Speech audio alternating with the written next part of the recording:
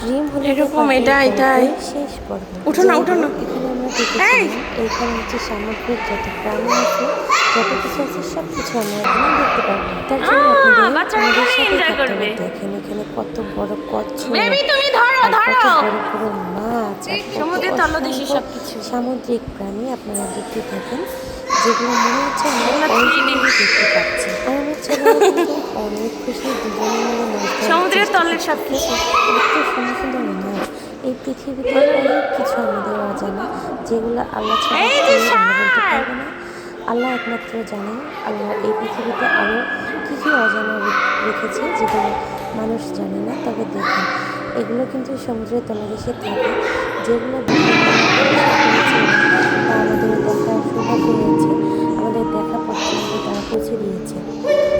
হচ্ছে আরও কত কিছু আছে আল্লাহ মানুষ জানে, কিন্তু দেখেন আল্লাহর সৃষ্টি কত সুন্দর, কত সুন্দর করে সৃষ্টি করেছে সব কিছু। যাই হোক, এবার সামগ্রিক প্রাণী সব কিছু তো এবার যে সব কিছু কিন্তু আমাদেরকে দেখাচ্ছে। ও আল্লাহ আল্লাহর সৃষ্টি আমাদের সুন্দর পাখি।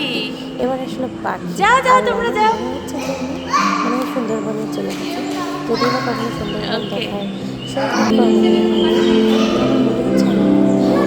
এই দেখো তুষার, এখানে দেখেন তুষার পড়তেছে, আল্লাহ বড় বরফে যাচ্ছে, কত সুন্দর সুন্দর এই দিয়ে দিয়ে যাচ্ছিল। আর আমার ছেলে দেখেন আমাকে ফুলের বাগানে চলে গেছে। এটা দিয়ে সব ভিডিও করছিল, তা বলে বুঝে দৌড়ায় জন্য হয় না। ওরা তো বুঝতে চাই না যে এগুলো ছেড়ে যায় না, এগুলো শুধু দেখা যায়, এগুলো মরিচে করে না। এইগুলো দেখুন আগে চারিদিকে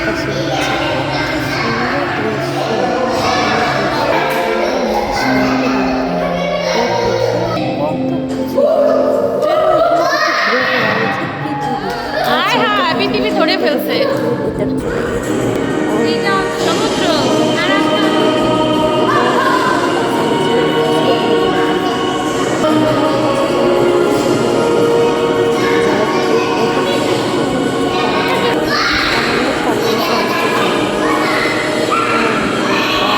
যাই হোক, আমার ভিডিও কিন্তু আজকে এখানেই শেষ করবো আমি।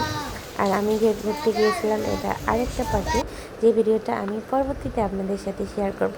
তবে দেখেন এই পার্কটাও কিন্তু অনেক সুন্দর, কত সুন্দর লাগছে বলেন। আপনারা তো কমেন্ট করতে চান না ভাই, একটু কমেন্ট বা শেয়ার করে দিলে কি এমন ক্ষতি হয়। ভিডিওগুলো যদি ভালো লাগে তাহলে লাইক